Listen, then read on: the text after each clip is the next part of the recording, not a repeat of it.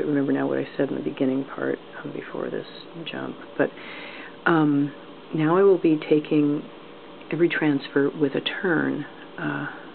Gee, I really can't remember if I already said this. I will be turning from below. It's fine to turn either way, from above the loop or from below the loop, but it's best to, well, you should stick with one way within a braid. I do either. I think anyway, for this braid I've been turning from below, so that's what I'm going to demonstrate here. The first transfer, they again are the same as the sequence is the same as it was before. The only difference will be that the loops will now be taken with a turn, which will give them a half twist, bringing up the opposite color. In this pattern, turning every transfer will result in a braid with a 7-cycle pattern repeat. So after 7 cycles, the loop should be back in this configuration with all the yellow shanks up on each finger. Okay, let's start. So first transfer through B, take A, place on C, shift through C and D, take opposite D with a turn, shift, and tighten. You'll see that these two loops, B and C, now have the purple shank facing up. Second half of cycle, through B, take A with a turn, place on C, shift, through C and D, take opposite D with a turn, shift, and tighten.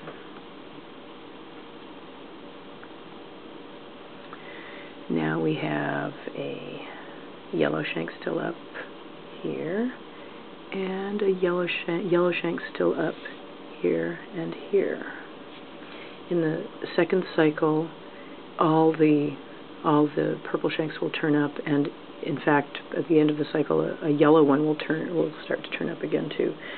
Okay, through B, take A, place, shift, through C and D, take opposite D, shift, and tighten. Through B,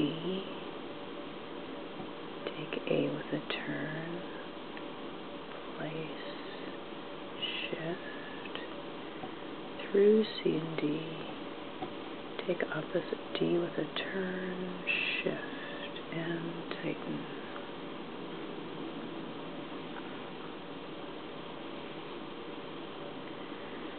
Through B, take A with a turn, place, shift, through C and D, take with a turn, shift, and tighten.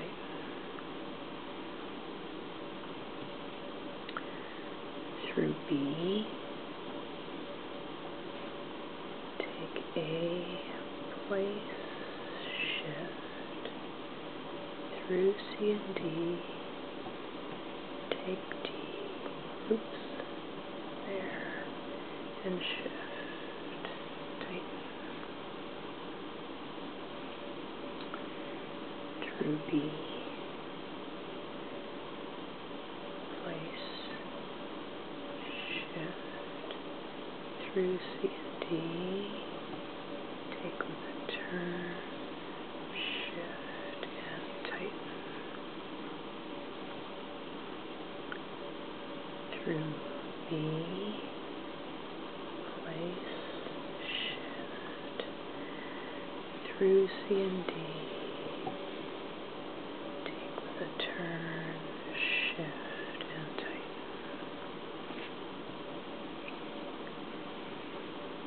Through B, take with a turn, place, shift, through C and D,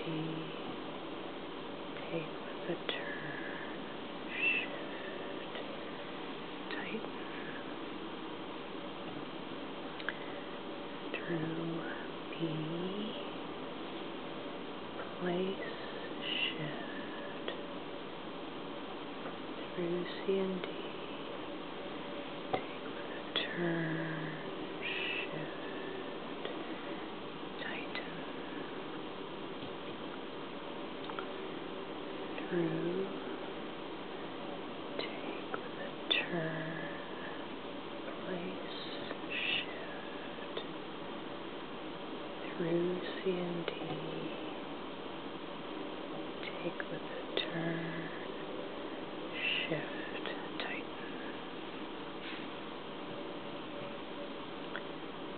through B, turn, place, shift, through C and D,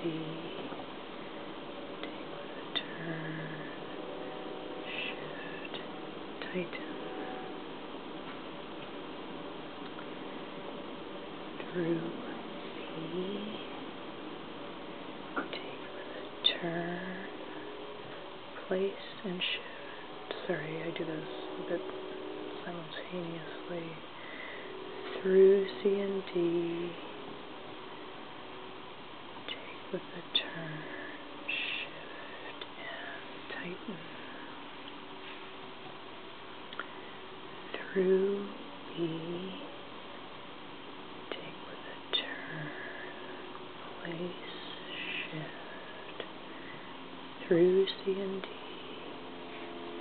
take with a turn, shift and tighten.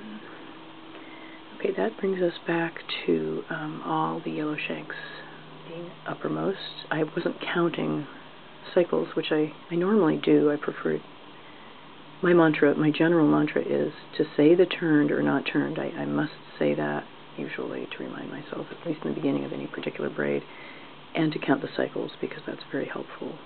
For instance, if I had gotten through cycle 7 and one of the loops was not yellow shank up, I would know I had made a mistake. I mean, it's a good checkpoint.